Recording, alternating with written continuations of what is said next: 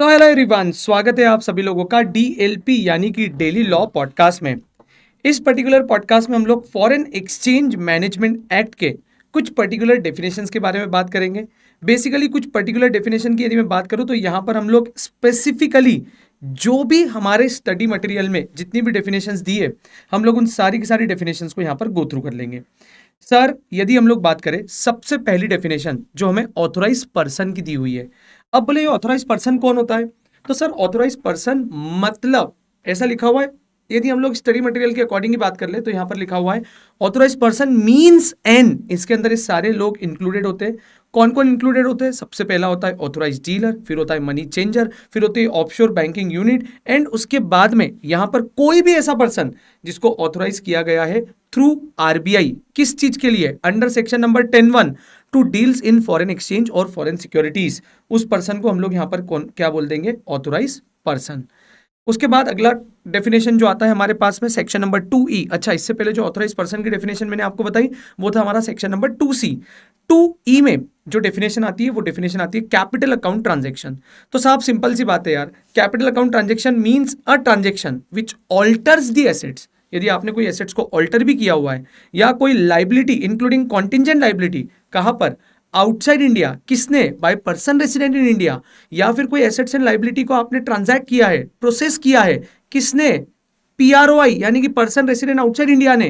कहां पर? In India. तो इस टाइप के ट्रांजेक्शन्स को हम लोग कैपिटल अकाउंट ट्रांजेक्शन बोलेंगे। और section number 6 sub section number 3 में जो भी और ट्रांजेक्शन बताए गए हैं उन सारे के सारे ट्रांजेक्शन को हम लोग कैपिटल अकाउंट ट्रांजेक्शन की डेफिनेशन में इंक्लूड कर लेंगे। फिर उसके बाद में हमारे पास सेक्शन नंबर 2H में करेंसी की डेफिनेशन आती है।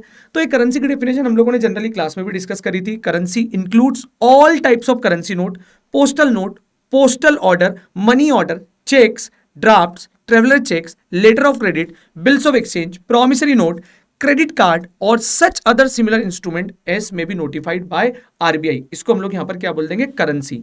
अब करेंसी में ही एक चीज आती है करेंसी नोट। तो जो अगली डेफिनेशन 2I में आती है वो डेफिनेशन आती है हमारे पास में करेंसी नोट क्या होता है। तो इन्होंने बोला है यहां पर currency note means and includes. तो यार सिंपल सी बात है यार, हर कोई समझता है करेंसी का मतलब होता है कॉइन और बैंक नोट।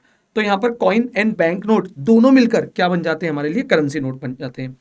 फिर उसके बाद में अगली डेफिनेशन आती है, बहुत ही इंपॉर्टेंट डेफिनेशन है, very very important, under section number 2J। ठीक है, 2J में बात करी हुई है करंट अकाउंट ट्रांजेक्शन। तो ये करंट अकाउंट ट्रांजेक्शन क्या होता है? Means transaction other than a capital account transaction and without prejudice to the generality of the foregoing such transaction includes. ये 4 टाइप के ट्रांजेक्शन ऐसे थे बेटा जी जो कि डिस्प्यूटेबल ट्रांजेक्शन थे। यहां पर इसको लेकर ये डिस्प्यूट था कि क्या ये करंट अकाउंट ट्रांजेक्शन है या कैपिटल अकाउंट ट्रांजेक्शन है। तो यहां पर जो भी कोर्ट के बेस्ट डिसीजन थे, आरबीआई के जो बेस्ट सर्कुलर थे, उनके अकॉर्डिंग यहां पर इनको हम लोगों ने करंट अकाउंट ट्रांजेक्शन की कैटेगरी में कैटेगराइज कर दिया है। सबसे पहली चीज यहां पर जो बोली गई है जिसको हम लोग करंट अकाउंट ट्रांजेक्शन मानेंगे, payment due in connection with foreign trade, other current businesses, comma services and other short term banking and credit facility in the ordinary course of business. यानी कि आपने ऑर्डिनरी कोर्स ऑफ बिजनेस में जो भी short term credit facilities ली है उसके respect में आप लोगों ने जो भी कोई ट्रेड वगैरह लिए है या कोई भी अदर करंट बिजनेस सर्विसेज भी किसी से हायर या अवेल करी है तो उसको हम लोग करंट अकाउंट ट्रांजेक्शन बोल देंगे। सर दूसरा, पेमेंट ड्यू है as an interest on loan as net income from investment. भले ही आपने इन्वेस्टमेंट किया वो कैपिटल अकाउंट ट्रांजेक्शन होगा, लेकिन उसके ऊपर जो भी आपको इनकम होगी वो आपका करंट अकाउंट ट्रांजेक्शन माना जाएगा। लोन लिया है या दिया है लेकिन उसके ऊपर जो भी इंटरेस्ट का ट्रीटमेंट होगा वो आपका क्या माना जाएगा? करंट अकाउंट ट्रांजेक्शन माना जाएगा। सर उसके बाद में इन्होंने बोला है अगले दो पॉइंट एकदम सिंपल है, remittances for living expenses of parents, spouse और चिल्ड्रन रिसाइडिंग अब्रॉड, बाहर रह रहे भाई, उनके जो भी खर्चे आप मीट आउट कर रहे हो वो क्या माने जाएंगे? आपके करंट अकाउंट ट्रांजेक्शन माने जाएंगे। और expenses in connection with foreign travel कर रहे हो, एजुकेशन से रिलेटेड है या medical care of parents, spouse और चिल्ड्रन है, तो इनसे रिलेटेड जो भी ट्रांजेक्शन होंगे वो सारे के सारे करंट अकाउंट ट्रांजेक्शन माने जाएंगे। सर एक्सपोर्ट का मतलब सिंपल सी बात है यार, जब भी आप कोई गुड्स को इंडिया के बाहर ले जाते हो इंडिया से, उसको हम लोग एक्सपोर्ट बोलेंगे। और यदि प्रोविजन ऑफ सर्विसेज भी आप सेम चीजों में कर रहे हो, मतलब इंडिया से आप प्रोविजन ऑफ सर्विसेज कर रहे हो आउटसाइड इंडिया, तो भी हम लोग उसको क्या मान लेंगे? Export. Sir foreign currency, simple सी बात है यार, अदर देन इंडियन करेंसी, उस करेंसी को हम लोग कौन सी करेंसी बोल देंगे? Foreign currency. फिर उसके बाद बेटा आता है बात फॉरेन एक्सचेंज। तो फॉरेन एक्सचेंज के लिए मैंने आपको क्लास में एक चार्ट बनवाया था, फॉरेन एक्सचेंज में आ जाता है deposit, credit and balance payable in foreign currency, draft आता है, ट्रेवलर्स चेक आता है, लेटर ऑफ क्रेडिट आता है, बिल्स ऑफ एक्सचेंज आ जाता है, express on drawn in Indian currency but payable in any foreign currency हो गया। फिर उसके बाद में बेटा कोई ड्राफ्ट आता है, ट्रेवलर्स चेक आता है, लेटर ऑफ क्रेडिट आता है, बिल्स ऑफ एक्सचेंज आता है, ड्रॉन बाय बैंक्स, इंस्टीट्यूशन और person outside India but payable in Indian currency. तो इसको हम लोग यहाँ पर क्या बोल देते हैं बेटा, फॉरेन एक्सचेंज बोलते हैं।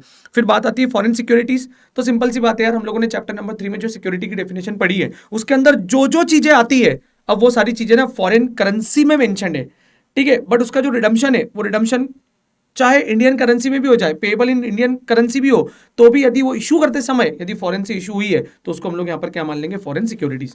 इंपोर्ट की डेफिनेशन एकदम सिंपल डेफिनेशन है, वो डेफिनेशन आप लोग देख सकते हो, उसमें किसी भी तरीके की कोई भी प्रॉब्लम नहीं आएगी। अगली डेफिनेशन होती है पर्सन की, और पर्सन की डेफिनेशन यहाँ पर सेम एज इट इज ही है जो आपके इनकम टैक्स एक्ट 1961 के सेक्शन नंबर 231 में मेंशन है। तो बोले पर्सन के अंदर कौन कौन आता है, इंडिविजुअल आता है, एचयूएफ आता है, कंपनी आती है, फर्म आती है, एओपी बीओआई वेदर इनकॉर्पोरेटेड और not, every judicial person not falling with in any of the preceding sub clause, ठीक है, जो ऊपर वाले क्लॉज में कवर नहीं हुआ है वो भी यहां पर आ जाएंगे।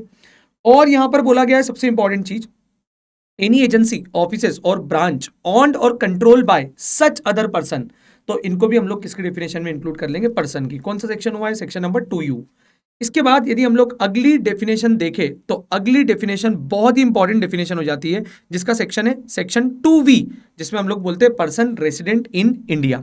तो मालिक सबसे पहली चीज पीआरआई बनने के लिए आपको करना पड़ेगा, वही पर्सन पीआरआई माना जाएगा जो कि प्रीवियस फाइनेंशियल ईयर में 182 दिन से ज्यादा इंडिया में स्टे किया है। लेकिन भले ही कोई पर्सन प्रीवियस ईयर में 182 दिन से ज्यादा स्टे किया हुआ है, लेकिन यदि वो करंट ईयर में इन 3 में से किसी भी काम के लिए आउटसाइड इंडिया जा रहा है तो वो इमीडिएट इफेक्ट से पीआरओआई ही माना जाएगा।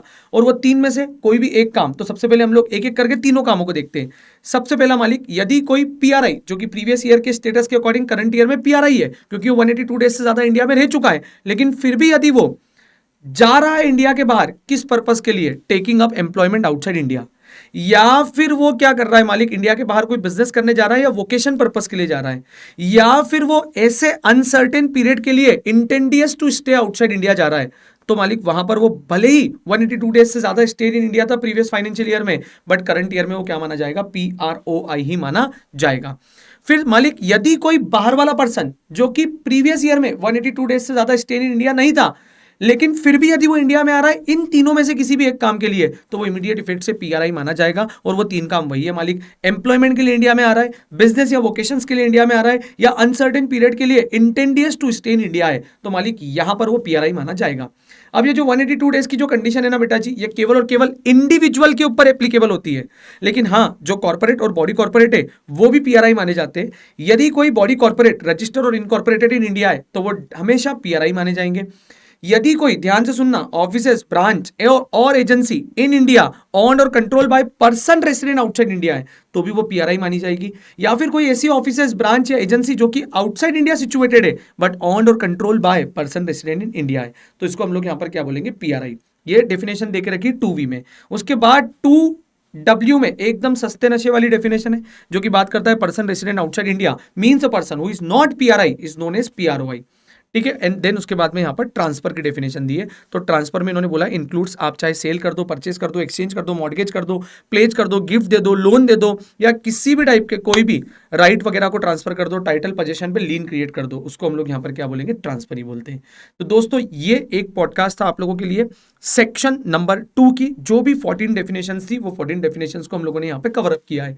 नेक्स्ट पॉडकास्ट में हम लोग मिलेंगे और वहां पर हम लोग रेसिडेंशियल स्टेटस अंडर फेमा से रिलेटेड कुछ बात करेंगे और इस कॉन्सेप्ट को और डिटेल में समझने की कोशिश करेंगे। तब तक के लिए thank you so much, take care and work hard.